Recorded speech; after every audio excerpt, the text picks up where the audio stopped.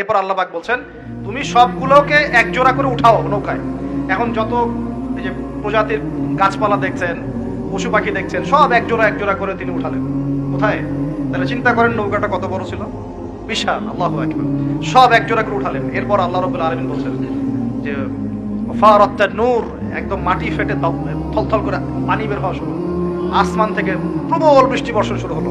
আল্লাহ সূরা হুদের মধ্যে বলছেন যে বৃষ্টির ফলে স্রোতগুলো এত উঁচু ছিল যে পাহাড়ের উপর দিয়ে উঠে যাচ্ছিল স্রোত। পাহাড়ের উপর দিয়ে পানির স্রোত যাচ্ছে। আর এই সময় নূহ আলাইহিস সালামের ছেলে, এক ছেলে এই কেনান, ওই পাহাড়ে উঠে বলছে যে পাহাড় আমাকে বাঁচাবে। কে বাঁচাবে? পাহাড়। আমার দরকার নেই ওঠার, তুমি যাও গা, পাহাড় আমাকে বাঁচাবে। নূহ আলাইহিস সালাম বলছেন যে আল্লাহ, আমার ছেলে, আমার আহাল, বাঁচাও তাকে। আল্লাহ পাক বলছেন এরপর বিশাল এক ঢেউ আসলো, বাবা আর ছেলের মাঝখানে আড়াল করে ফেললো, শেষ নাই, সন্তানের সাথে আর দেখে নাই।